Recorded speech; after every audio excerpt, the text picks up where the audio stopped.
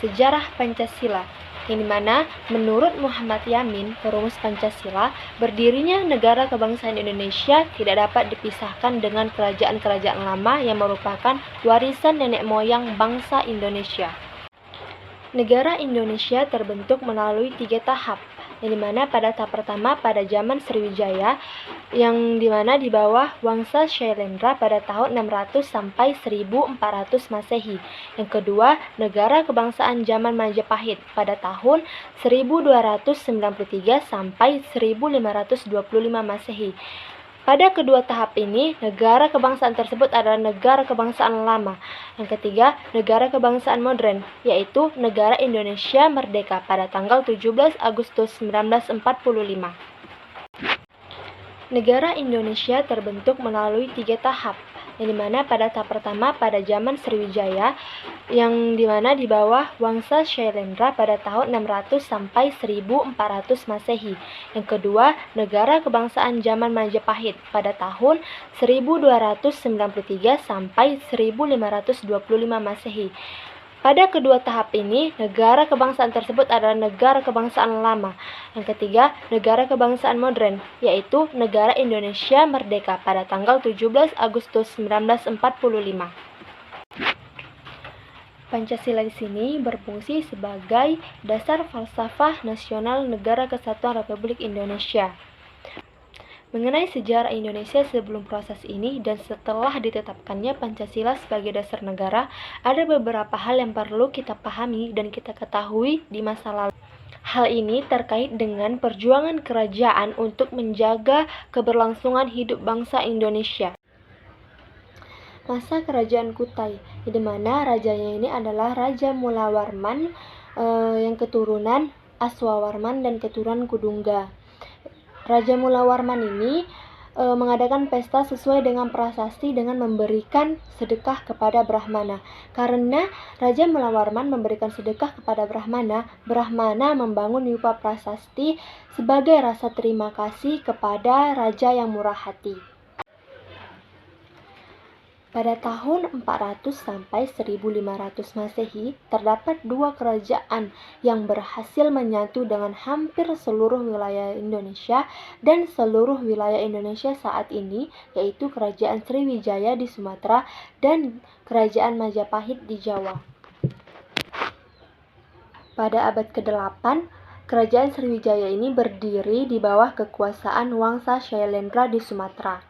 Kerajaan yang berbahasa Melayu kuno ini menggunakan huruf Pallawa. Huruf Pallawa dikenal juga sebagai kerajaan maritim yang mengandalkan jalur perhubungan laut. Kerajaan Sriwijaya terletak di Jambi dengan ditemukannya bukti prasasti Muara Takus. Sedangkan pusat ibu kota Sriwijaya adalah Palembang melalui penemuan prasasti Kota Kapur dan Talang Tuwo.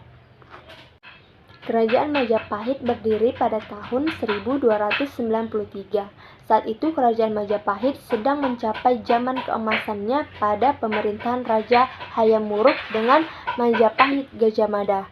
Pada waktu itu, agama Hindu dan Buddha hidup berdampingan dengan damai dalam satu kerajaan.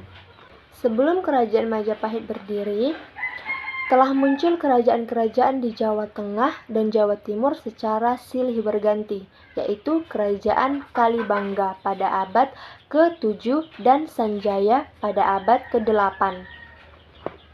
Dan puncak budaya dari kerajaan tersebut ialah dibangunnya Candi Borobudur atau candi agama untuk agama Buddha pada abad ke-9 dan Candi Prambanan untuk agama Hindu pada abad ke-10. Jawa Timur muncul kerajaan-kerajaan seperti Isana pada abad ke-9, Dharmawangsa pada abad ke-10, dan Airlangga pada abad ke-11.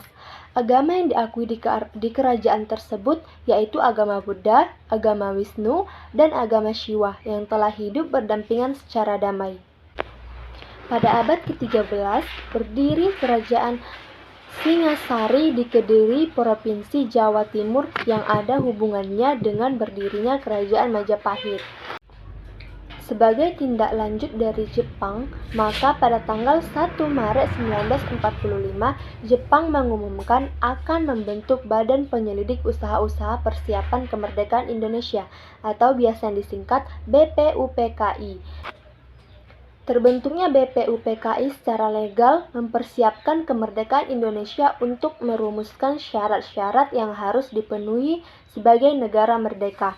Oleh karena itu, peristiwa ini dapat dijadikan sebagai tonggak sejarah perjuangan bangsa Indonesia dalam mencapai cita-citanya. Proses perumusan Pancasila diawali ketika dalam sidang BPUPKI pertama oleh Dr. Rajiman Weddiodiningrat, yang dimana beliau mengajukan suatu masalah tentang suatu rumusan dasar negara Indonesia yang akan dibentuk. Pada tanggal 1 Juni 1945, Soekarno berpidato pada sidang BPUPKI mengenai rumusan dasar negara Indonesia. Kemudian, beliau memberi nama istilah dasar negara dengan nama Pancasila yang berarti 5 dasar. Pada tanggal 29 Mei 1945, Muhammad Yamin menyampaikan gagasannya mengenai dasar negara yang isinya 1. Peri kebangsaan, 2. Peri kemanusiaan, 3. Ketuhanan, 4. Kerakyatan, dan 5. Kesejahteraan rakyat. Pada tanggal 31 Mei 1945, Suepomo menyampaikan pemikirannya mengenai dasar negara. Pertama, persatuan, kedua, kekeluargaan, ketiga, keseimbangan lahir dan batin, keempat, musyawarah, dan yang kelima, keadilan rakyat.